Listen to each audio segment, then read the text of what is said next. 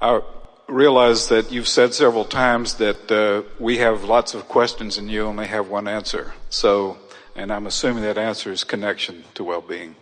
So that's the goal that I had written down as my first question. I had an experience a couple of years ago that was really a wonderful experience that I'd like to expand on. My sister built a new home in Idaho and had invited my wife and I to come out and visit. And when I was in the process of packing, I put Asking It Is Given in my suitcase because I initially thought that I wanted to do some reading while I was there. And I also put 3 or 4 CDs of Abraham workshops in the suitcase also. And I went on my merry way, and when we arrived at my sister's new home, they were all excited and all aglow about everything. But my brother-in-law was experiencing some discomfort, and I heard him talking to my sister that evening, the first evening we arrived, about some type of acid reflux problem, he called it, and no medication had been able to resolve it. And so I knew exactly why I'd put the books and the CDs in my suitcase then. I went to them and walked outside and had a conversation with him and talked about how my understanding of the principles that I had learned from Abraham had cured an ulcer and had helped an aching back that I had when I retired. So the longer I talked about my personal experience, the more interested my brother-in-law got. And he took the book and read it all night long. He did not sleep that night. And when we got up the next morning, he wanted to go for a walk and talk about the things that he had read in the book.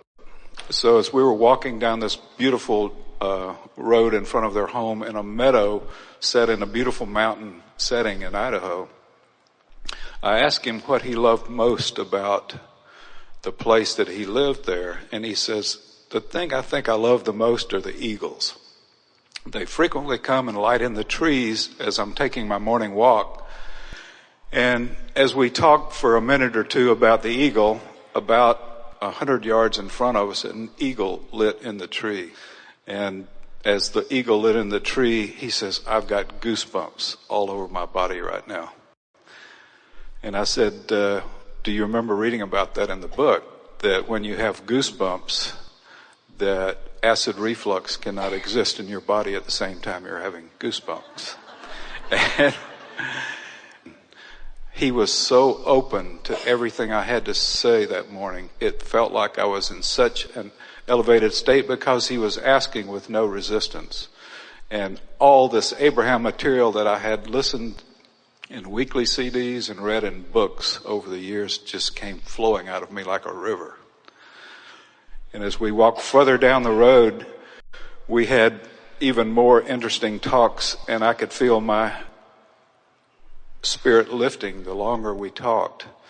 And I can now understand why Jerry and Esther and Abraham get so much value out of doing what you do, because they were pulling this wonderful positive energy through me. And I think it helped me probably 10 times more than it helped my brother-in-law. Well, and also, we're going to be very gentle with you about this, but you can't go back. You can't know what you know without radiating it. You can't know what you know without it oozing out all over you. You can't help but be an example of what you know. Everything that you live is a reflection of what's going on vibrationally. When you deliberately conjure a thought because it feels good to do so, and then you see the evidence of that, oh, you are such a powerful being, and you can pass on that empowerment to others. Everything that you're living, no matter what it is, this is a manifestation right here where you're living, and it is the manifestational indication of what you've got going on vibrationally. So when you help somebody understand that a manifestation like an ulcer, or a manifestation like that discomfort that your brother-in-law was feeling, when you help him to understand that it isn't a proclamation of what's going on for the rest of his life, it isn't what he's come to, it isn't that his body's been worn down and that's all that's left, it's that what he's living in that manifestation is just an indication of a vibration. And if you figure out that it's only a manifestation of a vibration, and then you begin offering a different vibration, then you get a different manifestation. And that's what you pointed out to him. His thoughts brought a manifestation of feeling glorious and an eagle coming to play with you. So once you are able to demonstrate that through the clarity of your words and example, now you are a teacher who has power. On our walk on the way back, I was at such an elevated state, on such a high, that I asked my brother-in-law if there was something that he would like to create while we were walking along having such a good time. So he says, you know, it never rains this time of year up in Idaho. He says, it would really be nice if we got some rain.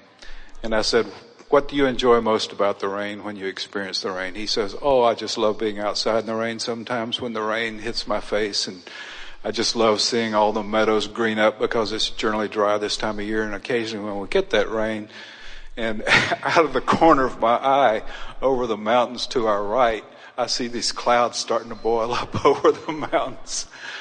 And we did not even make it all the way back to the house before the rain started hitting our face. So I just want to thank you and Jerry and Esther and the wonderful friends that I share Abraham with. Oh, it is wonderful to come into your power. It is wonderful to know who you are. Life is supposed to be good for you. You are the creator of your experience, and the cooperation of this universe is astonishing at first, but later on you become one who expects things to always work out for you. From your broader vantage point, you know that they always do, but you got to let it in, you see, and you figured that out. Yes. Can you distinguish between intention and allowing, and setting goals and allowing? Well, a lot of people think that we're a little schizophrenic, and perhaps we are, because we are many minds here. Because we say you create your own reality and you get what you think about. And so think about what you want, and by law of attraction it will come.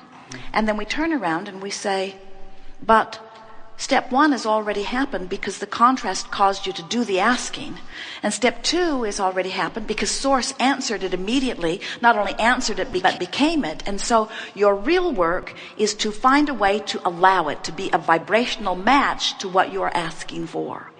And then people say, well, I'm confused because aren't I supposed to set goals? And we say, it really is a wonderful thing to be clear about what you want. But when you're very clear about what you want and equally sure that you don't have it, now you've got split energy. And so what you want to do is try to get a bead on how you feel.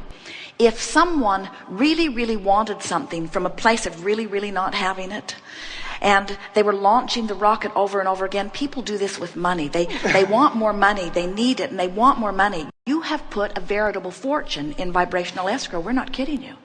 There's huge amounts of money amassed with your vibrational encoding and universal forces lining you up, but you can't see it when you beat the drum of not enough money because your frequencies are so different. So then, as we visit with them and we know that they've already done the work, they've already done the asking, and source has already put it there, we try to soothe them into conversation that makes them more of a vibrational match to what they're reaching for. The further you are from what you want, the more general your statements must be in order to turn downstream. We've noticed that when you really, really want something and you don't know how you're going to do it, when you know what you want but you don't know how it's going to come or where it's going to come from or when it's going to come or who's going to bring it, thinking about it turns you upstream. Okay. But if you could talk about what you want and why you want it, it almost always turns you downstream, causes you to be less resistant. So once you get the hang of that, once you're able to turn downstream and turn downstream and turn downstream so that it doesn't torture you just to think about it, now it's fun to get more and more specific. In other words, it's like getting your hands in the clay. Nothing is more exhilarating than to want something and know you can do it. Oh, to be in the place where you finally get it, that you are blessed and you are worthy and you have asked and it has been given, and now it's just a matter of you keeping your eyes open to see through what crack of least resistance the universe is going to yield some piece of it to you.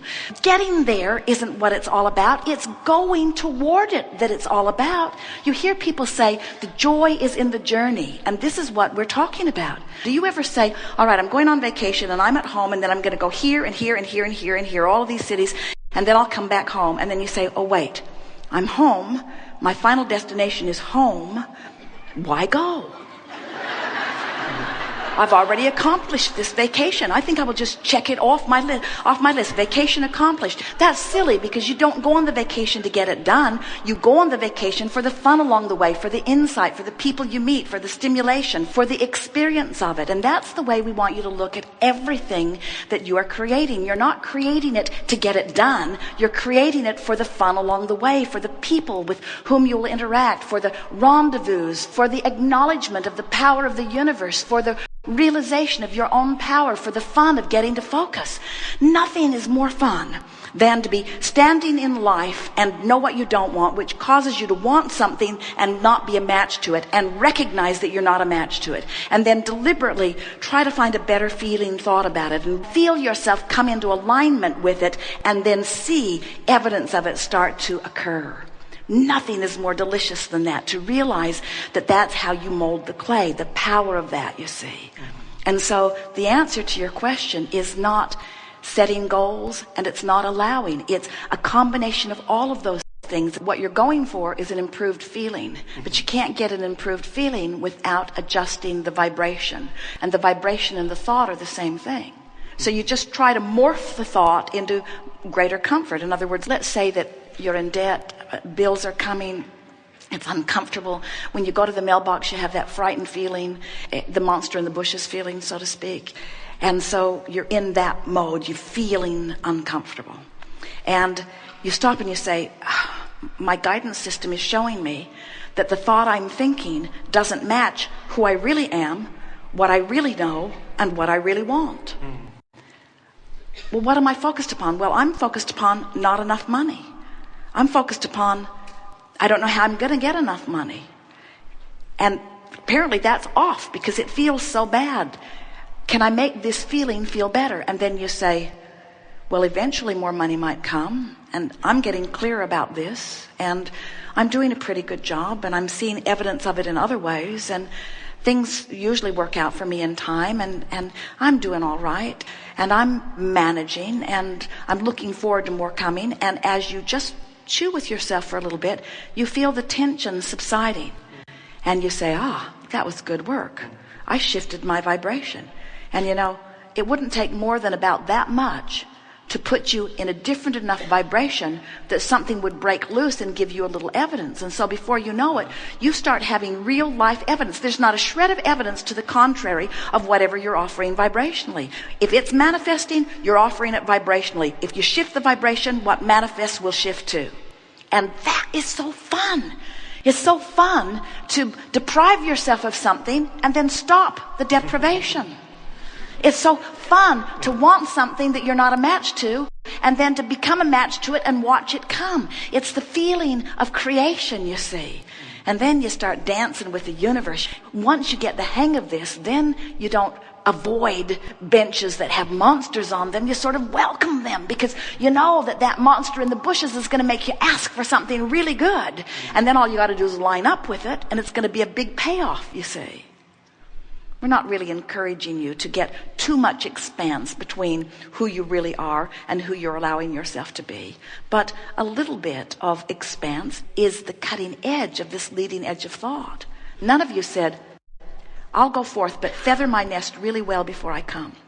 And when you get everything all cleaned up and just the way I like it, I'll come and I'll just observe happy things and I'll live happily ever after. Not one of you said that. Instead, you said, I like the variety and I like the contrast, because it makes me, creative genius that I am, decide what I prefer.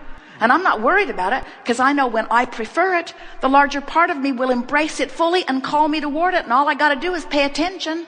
Warmer, warmer, warmer, colder, colder, colder, warmer, warmer, warmer, hot, hot, hot, hot, hot. Thank you. Yes, indeed.